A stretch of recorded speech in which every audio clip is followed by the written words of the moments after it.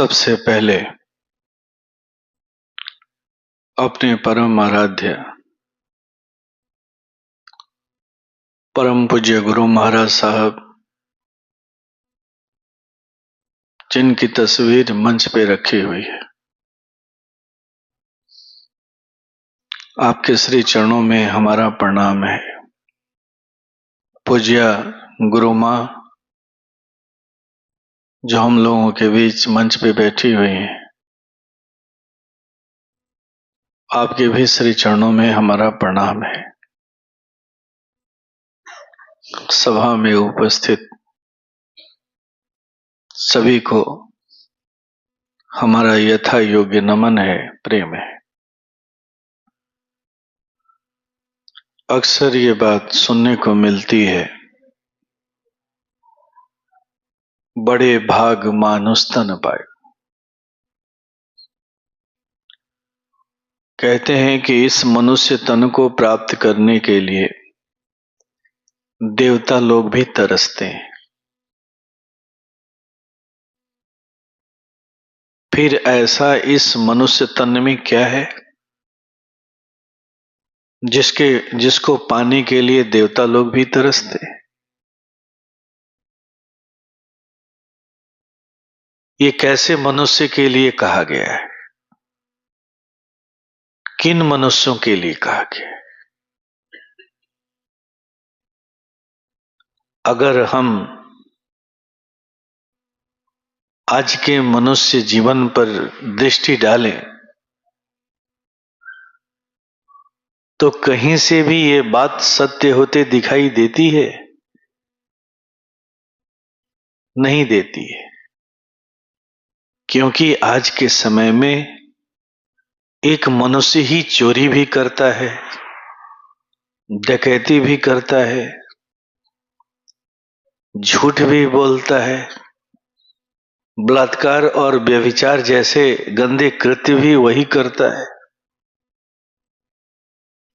सारे दुष्कर्म, जितने भी प्रकार के दुष्कर्म हैं, वो मनुष्य ही करता है, कोई पशु नहीं करता। पशु तो अपने कर्म के प्रति अनुशासित है, लेकिन अनुशासनहीनता अगर कहीं दिखती है तो एकमात्र मनुष्य के अंदर में ही दिखती है।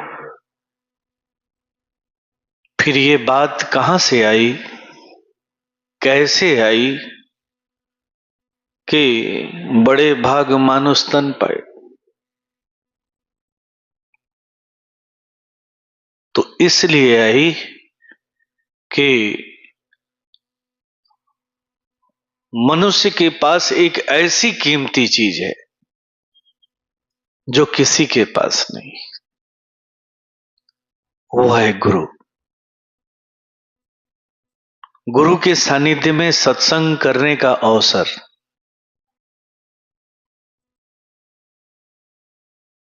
जो किसी पशु के पास नहीं है,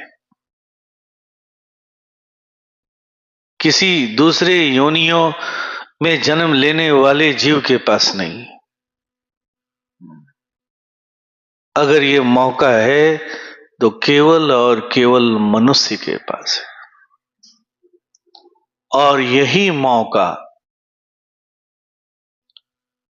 कहने के लिए बाध्य कर देता है कि बड़े भाग मानुष तन पाए।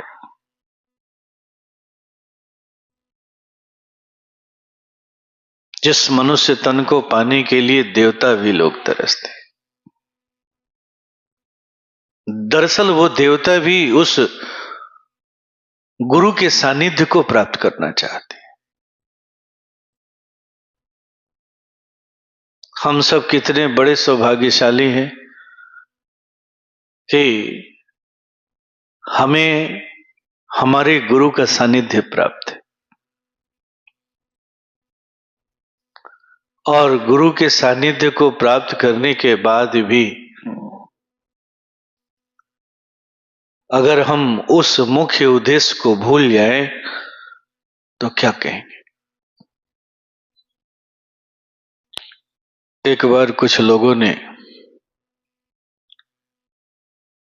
परम पूज्य गुरु महाराज साहब से पूछा, प्रभु बुद्धिमान मनुष्य कौन है?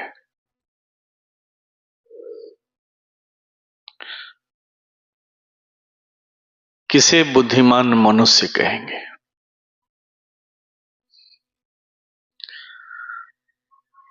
परम पूज्य गुरु महाराज साहब ने मुस्कुराते हुए कहा कि देखो, बुद्धिमान वही है जो अपने भले और बुरे के बारे में सोचता है। हमारा भला किसमें है? क्या हमारा भला अरबपति और करोड़पति बनने में है? 2-400 बीघा जमीन खरीद लेने में है? देश के हर शहर में मकान बना लेने में है?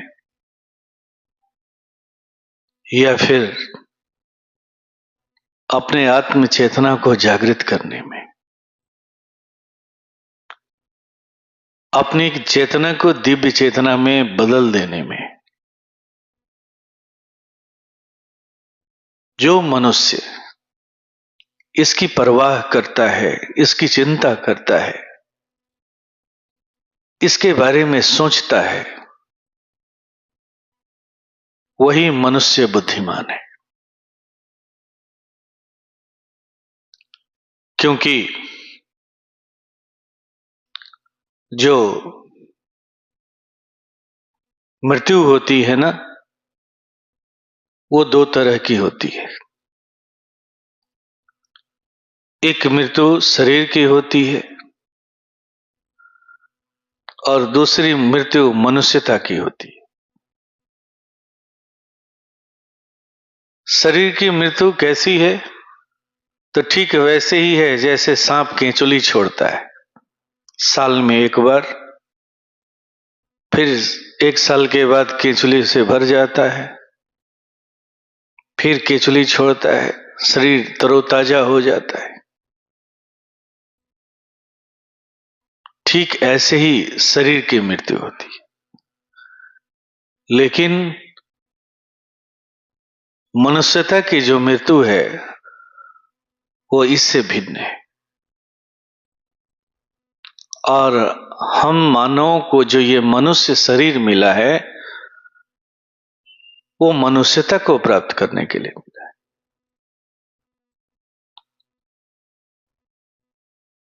एक पूर्व काल की बड़ी सुंदर गाथा है।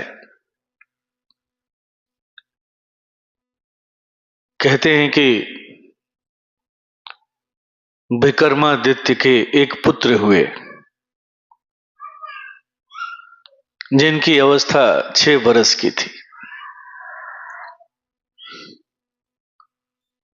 विक्रमादित्य के मृत्यु होने का समय आया तो उन्होंने अपने भाई को बुला करके उस पुत्र का हाथ थमाया और कहा कि देखो, ये अभी बालक है, छोटा है, और ये राज्य काज की समझ नहीं रख सकता है।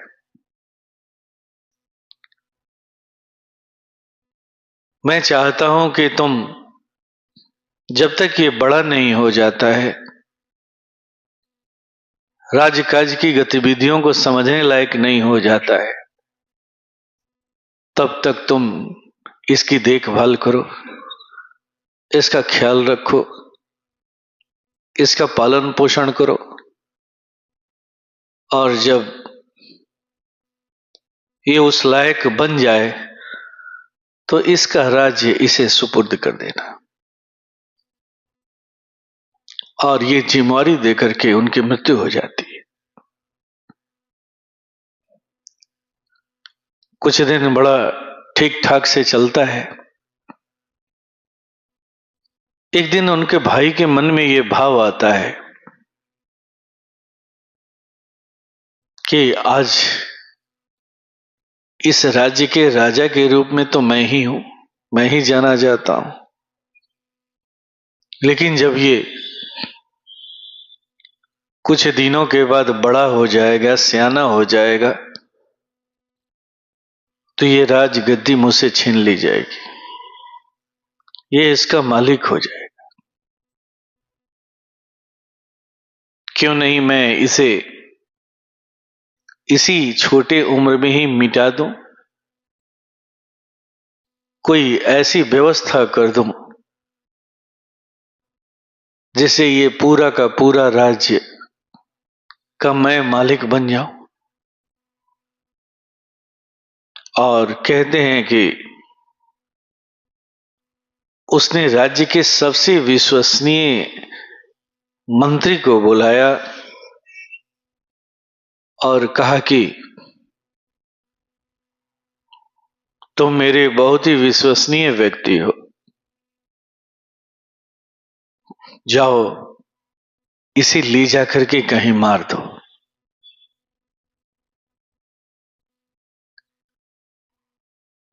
राजा का आदेश था।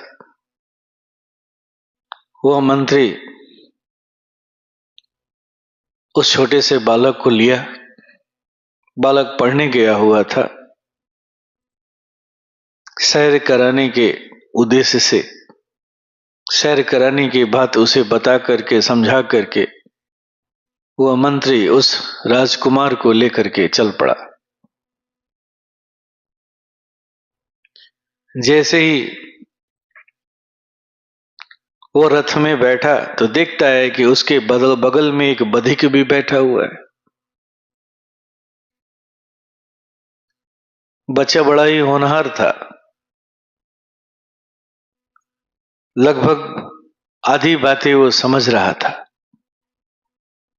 उसने फिर भी पूछा कि ये कौन है? तो मंत्री ने कहा कि ऐसा है कि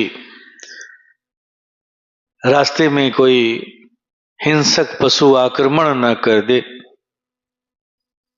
उससे रक्षा के लिए इस बधिक को मैंने ही आपके ऊपर ड्यूटी लगाया है। और इस तरह से कह करके वो जंगल की तरफ चल पड़ा। थोड़ी दूर जाने के बाद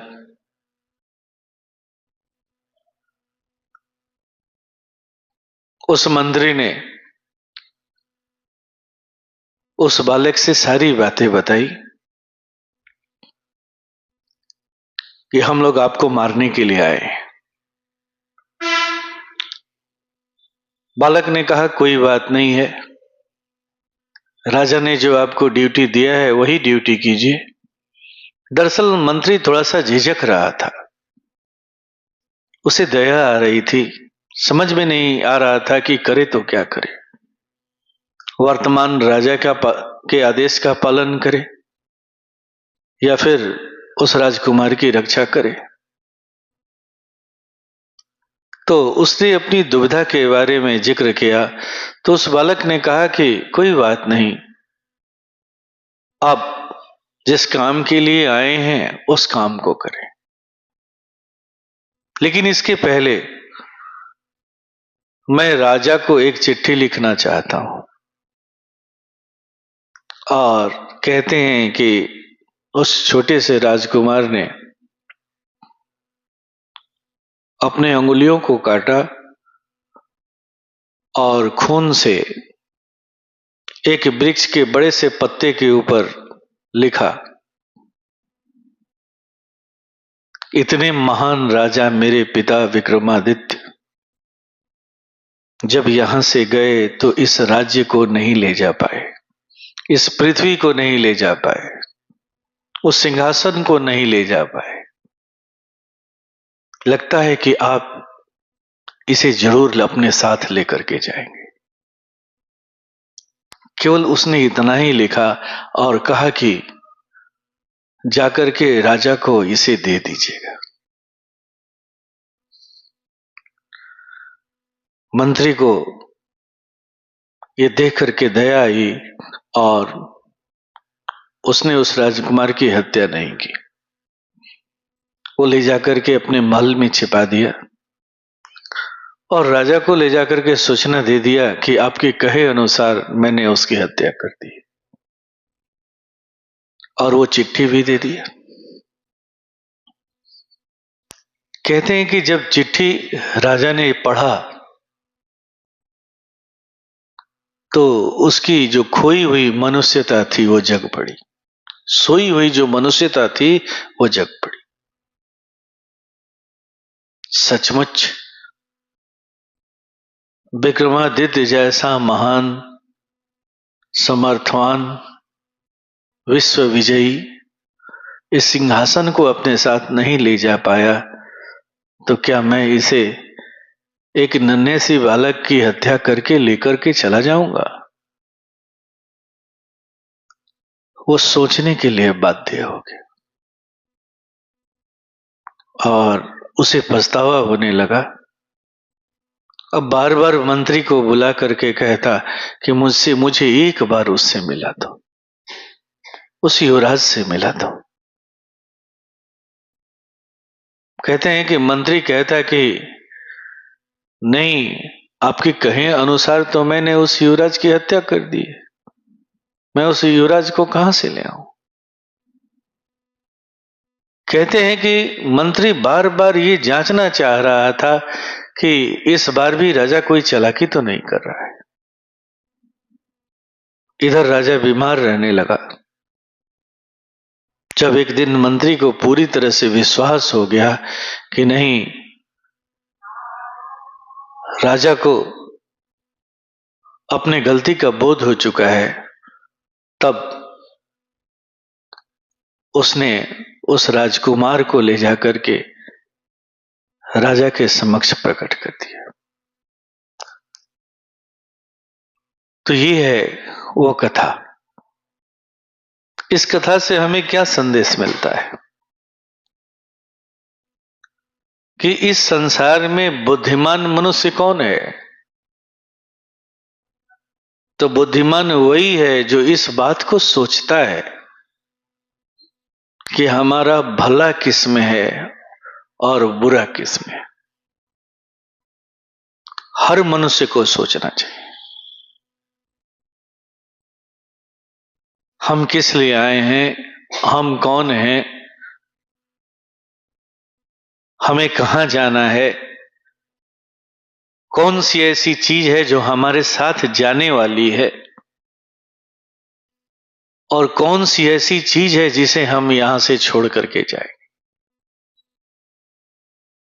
और सबसे बेवकूफ मनुष्य कौन है?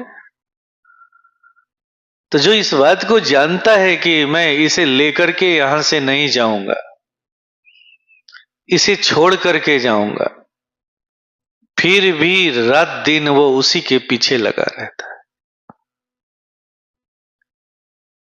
आप अपने दिल पर हाथ रख करके पूछिए, क्या ये बेवकूफी की पहचान नहीं है? यही बेवकूफी की पहचान है। जानते हैं कि ये हमारे साथ नहीं जाएगा, हमें इसे छोड़ करके जाना है, फिर भी हम उसी कार्य की सबसे ज्यादा प्राथमिकता देते हैं और उस कार्य की प्राथमिकता नहीं देते हैं जिस कार्य से मिलने वाला जो धन है, जो पुण्य है, उस पुण्य को हमें अपने साथ ले करके जाना है। बहुत थोड़ा सा जगह देते हैं। तो गुरु महाराज ने यही बात समझाते हुए कहा कि इस संसार में सबसे बुद्धिमान, सबसे चालाक, सबसे होशियार मनुष्य वही है जो इस बात की चिंता करता है कि हम क्यों आए हैं, हमें कहां जाना है, जाना है तो हमें किन किन चीजों को लेकर के जाना है और किन किन चीजों को छोड़ करके जाना है। कुछ लोगों ने परम पूज्य से यह भी पूछा कि प्रभु, क्या भूत प्रेत भी होते हैं? तो गुरु महाराज ने कहा कि हाँ, होते हैं। और ये भूत प्रेत एक नहीं, दो होते हैं।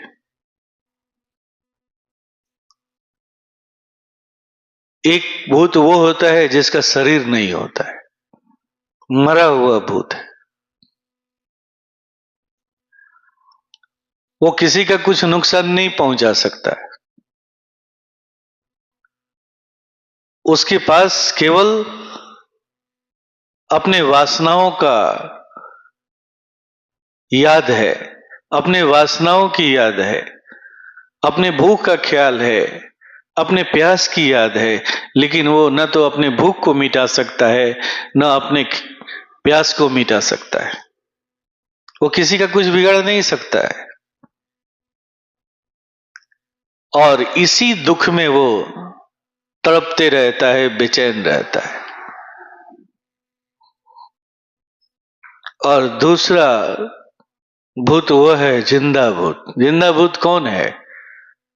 तो वही वो मनुष्य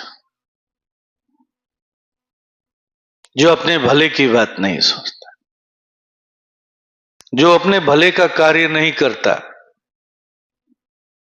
रात दिन केवल ईर्ष्या, द्वेष और अभिमान के बीच में जीता है, मरता है, लोगों को तंग करता है, राक्षस जैसा व्यवहार करता है, जैसे वो राजा कर रहा था उस छोटे से बालक के साथ। वही जिंदा भूत है। तो याद रहे, कहीं हम भी वैसा तो नहीं बनते चले जा रहे। हमें उस बात को याद रखना है कि हम क्यों आए हैं, हमें कहां जाना है, कौन सी ऐसी चीज है जिसे लेकर के यहां से जाना है। इसका ख्याल करना है, इसका चिंतन करना है और उसी रास्ते पर चलना है। हमारे परम आराध्य पूज्य गुरुदेव ने हम लोगों को जो साधना दी है वो इसी की साधना दी। इस साधना को करने से जो पुण्य प्राप्त होगा, जो ऊर्जा प्राप्त होगी, हम उसी ऊर्जा को लेकर के यहां से जाएंगे। ये साधना हमारे अंदर में मानवता को जन्म देती। मानवता को अगर हमने अपने जीवन में शरीर रहते रहते मानवता को जन्म दे दिया तो याद रखिएगा, हम वो भूत नहीं बनेंगे मरने के बाद बिना शरीर वाला, क्योंकि हम शरीर चेतना से ऊपर उठ जाएंगे। हमें शरीर चेतना से ऊपर उठ करके यहां से जाना है, शरीर चेतना में बंध के नहीं जाना है। और शरीर चेतना से ऊपर हम इस शरीर को रहते रहते ही ऊपर उठ सकते हैं। हमें शरीर इसीलिए दिया गया है कि हम शरीर चेतना से ऊपर उठ जाएं, उस दिव्य चेतना को प्राप्त कर ले, इसलिए दिया गया है। अगर शरीर नहीं रहा और हम चाहे कितना भी तड़पते रह जाए, शरीर के अभाव में हम अपनी चेतना का परिवर्तन नहीं कर सकते, चेतना का विकास नहीं कर सकते, उस दिव्य चेतना में नहीं प्रवेश कर सकते। शरीर ही वो माध्यम है, इसलिए ये शरीर महत्वपूर्ण है। अगर हम शरीर चेतना से नहीं ऊपर उठ पाए तो याद रखिएगा, मरने के बाद भूत ही बनना है। क्योंकि मरने के बाद शरीर तो नहीं रहेगा, लेकिन शरीर की याद रहेगी, शरीर के भूख की याद रहेगी, शरीर के प्यास की याद रहेगी, शरीर के भोग विलास की याद रहेगी। और कहते हैं कि उस योनि में दिखाई भी नहीं देता है, आंखों के सामने हमेशा अंधेरा बना रहता है, अंधेरा बना रहता है। प्रकाश उसे सहन नहीं होता, प्रकाश से के डर से वो भागते चलता है। तो कहीं हम भी ऐसा न बन जाएं। इसीलिए गुरु महाराज ने कहा कि सबसे बुद्धिमान मनुष्य वही है जो शरीर रहते रहते मनुष्य जीवन को प्राप्त करने के बाद मनुष्य जीवन में रहते रहते इस बात की वो चिंता करता है, सोचता है कि हमारा भला किस में है और हमारा नुकसान किस में। जो चेतना के विकास के बारे में सोचता है, उसके लिए समय देता है, उसके लिए प्रयास करता है, वही इस संसार का सबसे बुद्धिमान है, सबसे बुद्धिमान। और इस संसार का सबसे बड़ा मूर्ख कौन है? तो वही है जो इस बात को जानते हुए भी उन्हीं चीजों में लगा हुआ है रात दिन, जिसे वो यहां से छोड़ करके जाने वाला।